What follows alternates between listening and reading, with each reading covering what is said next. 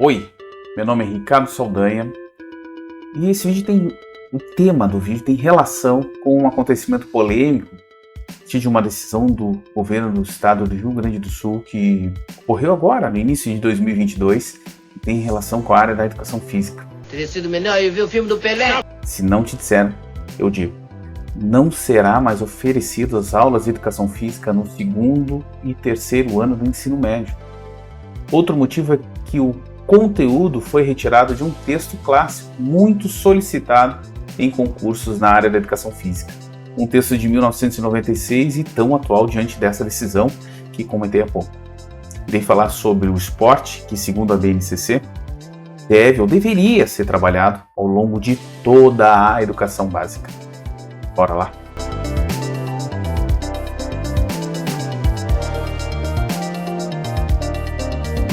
Antes de continuarmos, já aproveita e te inscreve em nosso canal para ficar por dentro de diversos assuntos dentro da área da educação física. E se ao final desse vídeo o conteúdo foi útil, lembre-se de dar aquele like, comentar ou compartilhar com algum amigo ou colega. Continuando sobre a BNCC, nos anos finais é recomendado também, além do esporte, o ensino da ginástica de condicionamento físico, da ginástica de conscientização corporal, práticas corporais de aventura. A unidade temática esportes pode ser estudado na perspectiva de esportes individuais ou coletivos, ou ainda pela lógica interna dos jogos esportivos. Isso considerando adotar outras classificações como, por exemplo, esportes de marca, esportes de precisão, técnicos combinatórios, esportes de rede ou quadra dividida ou parede de rebote, esportes de campo e taco, esportes de invasão ou territorial e esportes de combate. Vejam a quantidade de informações que podem ser trabalhadas ao longo de todo o ensino básico. É muita coisa. Privar ou reduzir o tempo de prática, que convenhamos, já é muito pequeno e foi sendo reduzido ao longo dos últimos 10, 15 anos, é prejudicial aos alunos e à profissão de educação física, que muitas vezes é marginalizada. Se vocês quiserem um vídeo em que eu fale um pouco mais sobre a BNCC, deixa um comentário aqui no vídeo. Vamos ao assunto do texto em si, o artigo de 1996. Quais as relações possíveis da escola com as práticas culturais do esporte? Vejam, trata-se de um questionamento que é atemporal. Precisamos entender a escola como uma instituição social que pode produzir uma cultura escolar do esporte. Uma cultura, uma intervenção cultural da sociedade. Então, o autor questiona o seguinte: qual o grau de autonomia da educação física tendo em vista a influência das instituições militares e do esporte? Primeiro, a escola tem seus próprios códigos e funções. De certa forma, ela possui uma autonomia como instituição social. Segundo, a educação física faz parte da escola. Ela incorpora e assume esses códigos.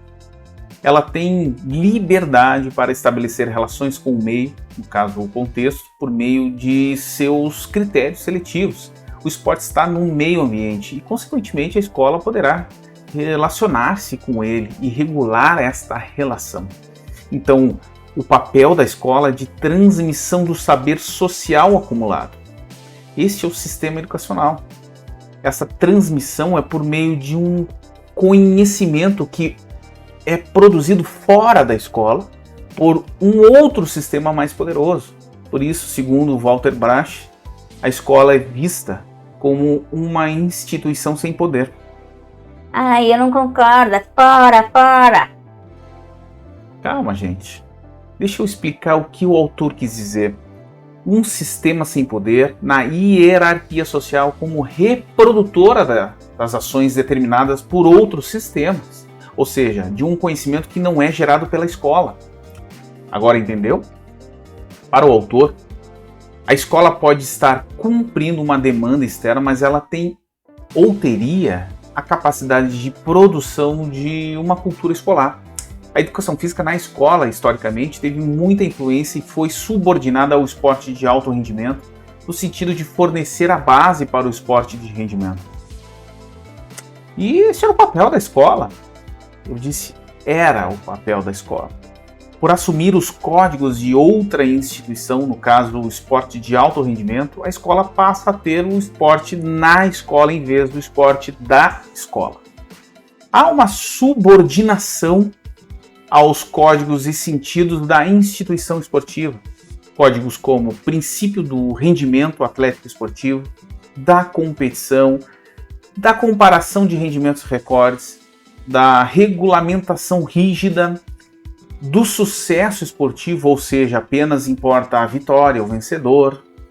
Assim, a escola é encarada como um prolongamento do clube esportivo, refletindo na falta de autonomia dessa escola, ou das escolas.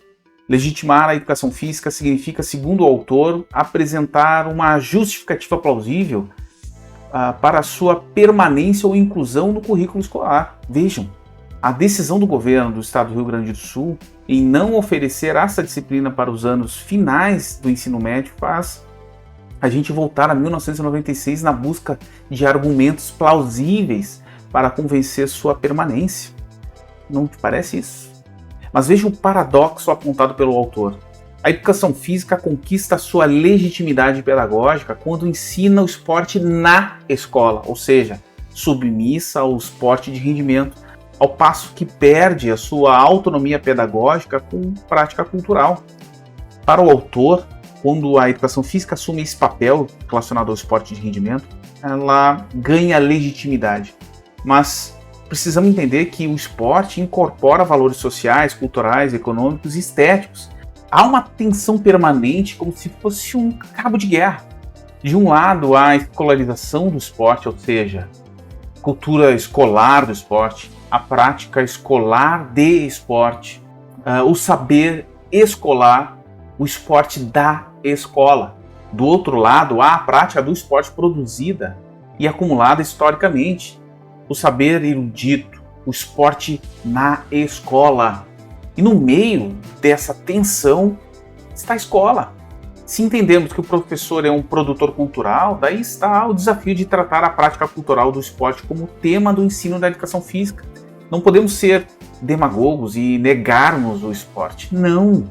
Ele penetra na escola, mas segundo o autor, precisaria de uma transposição didática, ou seja, tornar o conteúdo esportivo transmissível e assimilável aos alunos, a partir de uma reorganização e reestruturação de conteúdos. Seria mais ou menos assim. Toda a prática de ensino de um objeto pressupõe a transformação prévia deste objeto em objeto de ensino. Entendeu? Não?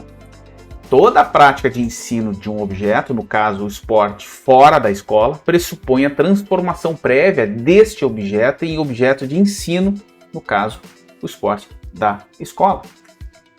Essa transposição didática seria como estabelecer uma relação de tensão entre o saber erudito e o saber escolar. Lembra no caso do cabo de guerra? Se a escola é compreendida como produtora de cultura, logo deve encarar outras possibilidades e se apropriar do esporte, como a escolarização do esporte. Mas como? Problematizando o esporte como fenômeno sociocultural. Mas como? Um ensino que questione os valores que o tornaram excludente e seletivo. Mas como?